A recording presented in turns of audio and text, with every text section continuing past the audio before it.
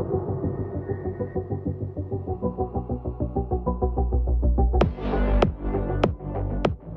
je suis Marie-Ange Marière, comme on vous le disait, conservatrice dans le domaine du design au Centre Pompidou.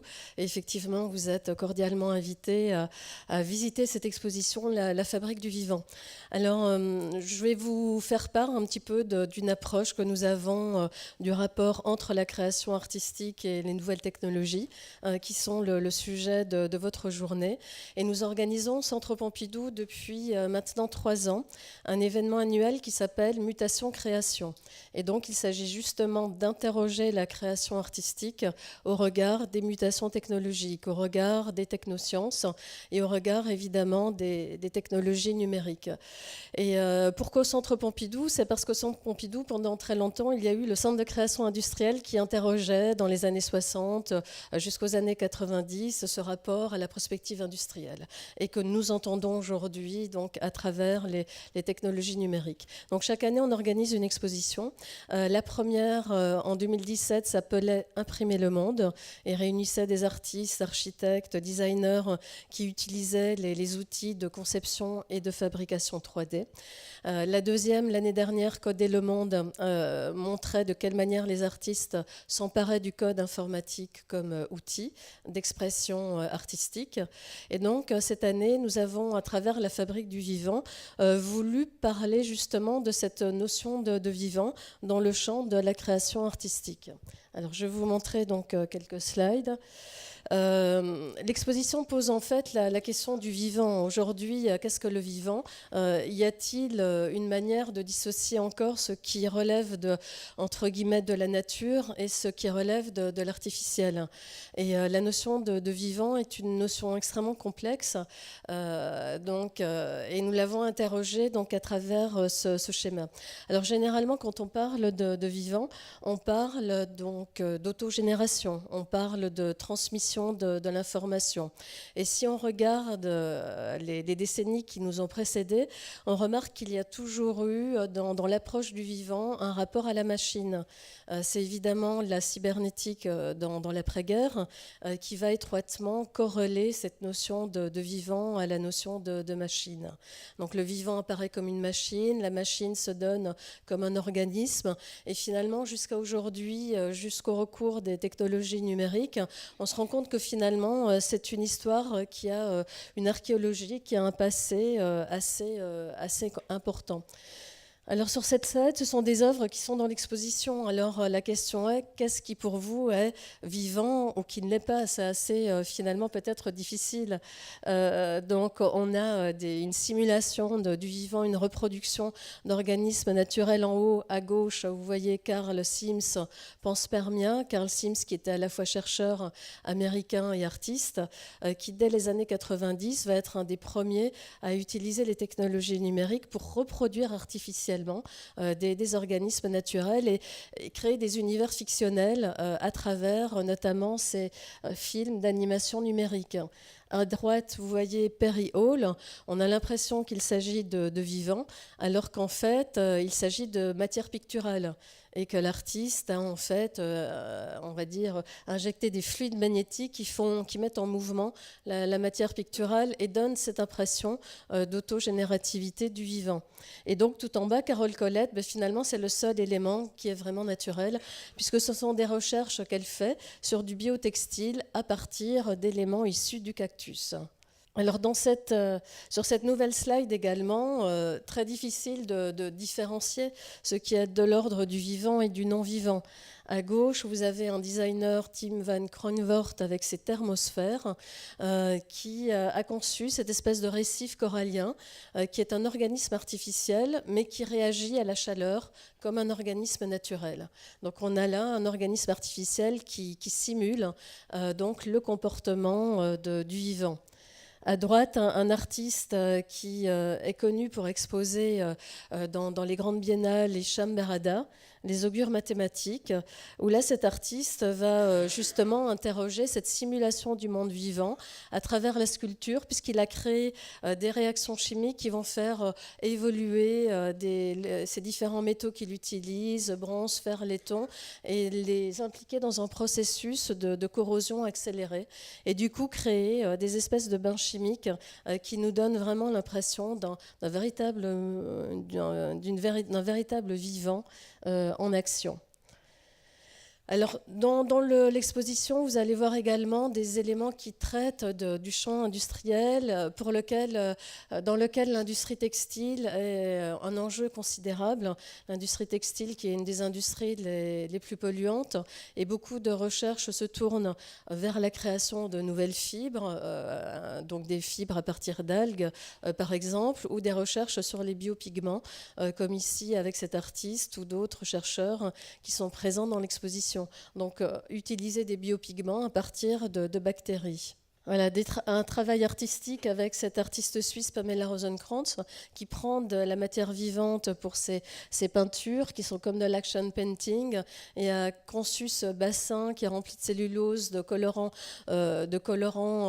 alimentaires, et qui interroge en fait notre corps, je dirais comme un système d'échange métabolique entre l'intérieur et l'extérieur. En fait, elle veut démontrer que nous sommes indissociables de notre environnement, qui est un environnement physique, chimique, avec lequel nous interagissons constamment. Alors, beaucoup d'artistes sont fascinés par le Physarum polycéphalum, que vous connaissez certainement, qui est absolument fascinant, puisque c'est cette mousse que l'on trouve dans les forêts, ce champignon, qui est un organisme unicellulaire qu'on pourrait penser très primitif, alors qu'il est doté de capacités de transmission de l'information et également de capacités d'apprentissage. Et pour vous donner un petit exemple assez amusant, donc, le Physarum polycéphalum a été utilisé pour développer ou analyser des système de réseau de voies ferrées. Donc on a remarqué qu'il se développait, si on le met sur la carte de l'Angleterre, qu'il se développait de manière à suivre vraiment le développement du réseau de voies ferrées. Donc en fait, il y a tout ce système de développement en réseau des champignons qui est assez fascinant. Et en fait, il paraît qu'on ne connaît que 15% des capacités des champignons. Donc ça, c'est un sujet à venir peut-être pour d'autres rendez-vous. L'art transgénique va être un enjeu important à partir des années 90. Donc les technologies, les biotechnologies vont être un outil, en fait, être utilisé comme outil par les artistes. Et Eduardo Kac, avec son lapin Bunny, qui va intégrer en fait une protéine vert fluorescent, va être une sorte de marqueur dans cette utilisation d'éléments génétiques, de matériel génétique dans la création artistique. Et à droite, vous avez un designer, Joris Larman, qui est un designer qui fonctionne vraiment comme une start-up aux Pays-Bas, qui mène des recherches dans le champ des biotechnologies et largement dans tout ce qui est lié à la fabrication 3D, qui a créé la première lampe bioluminescente qui fonctionnait à partir de matériel génétiquement modifié et qui puisait dans les propriétés d'une enzyme appelée luciférine. Et aujourd'hui, on arrive à des biorobots, à des machines vivantes. Vous voyez ici des recherches menées à Harvard, où nous avons ici ce biorobot artificiel qui est vraiment composé d'organismes à la fois vivants et artificiels, et qui pourrait servir à la production d'organes artificiels. Cette frontière entre vivant et non-vivant est tellement ténue que beaucoup de designers aujourd'hui essaient de puiser dans ces capacités du vivant. La production énergétique, par exemple, parce que finalement, qu'est-ce qui est important dans le vivant? C'est que le vivant est producteur d'énergie. Et ici, Teresa Van Dongen, avec cette pièce conçue pour l'exposition Electric Life, a créé un nouveau modèle de lampe. Vous avez ces yeux d'insectes qui nous regardent. Et en fait, ces lampes fonctionnent grâce à des batteries de bactéries qui sont dans les cylindres que vous voyez. Donc ce sont des bactéries qui diffusent des électrons, et elle est arrivée à les synthétiser pour produire de l'électricité. Donc vous avez ainsi cet objet qui produit l'électricité, qui est autonome et qu'il faut alimenter. Donc il faut le nourrir avec un peu d'eau, avec des nutriments 1 à 2 fois par semaine. Et donc là, ça change également complètement notre rapport aux objets, puisqu'on est face à des objets dont il faut prendre soin, des objets qu'il faut entretenir. Donc ces objets vont péricliter si nous ne nous en occupons pas. Et dans cette création, pour aller encore plus loin, d'entités semi-vivantes, il y a un laboratoire en Australie, à l'université de Perth, qui est dirigé par Oron Katz et Yona Zur. Dès la fin des années 90, ils vont créer des entités semi-vivantes. Donc, c'est-à-dire que dans des polymères biodégradables, ils vont injecter des cellules humaines et les maintenir, des cellules vivantes, et les maintenir artificiellement en vie à travers un bioréacteur. Et donc, ça fait partie véritablement pour eux de gestes artistiques, et ils posent cette question du vivant.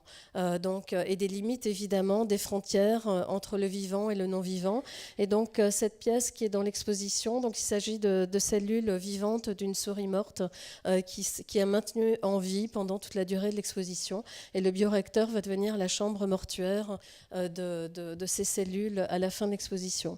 Donc beaucoup d'artistes s'interrogent donc sur ce vivant et l'utilisent dans leur création artistique. Ici, Amy Carl qui injecte des cellules souches d'un donneur humain sur cette main, qui est un échafaudage sur lequel elles vont venir se développer.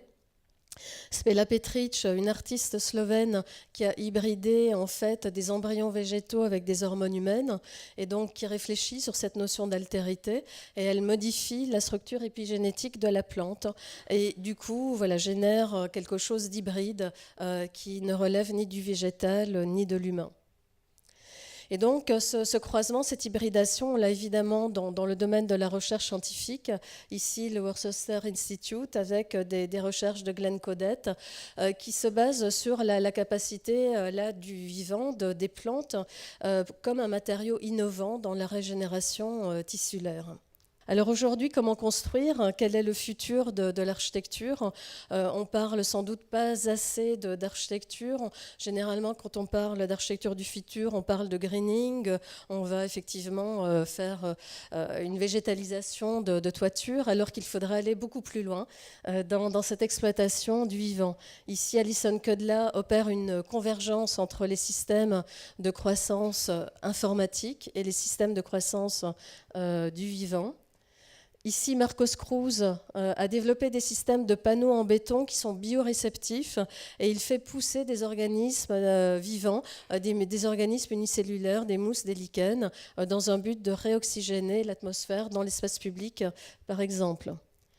Alors Neri Oxman, qui est la chercheuse sans doute la plus en pointe, la plus connue, avec son laboratoire au MIT, a développé des recherches sur des matériaux biocomposites innovants qui sont des matériaux réactifs à leur environnement.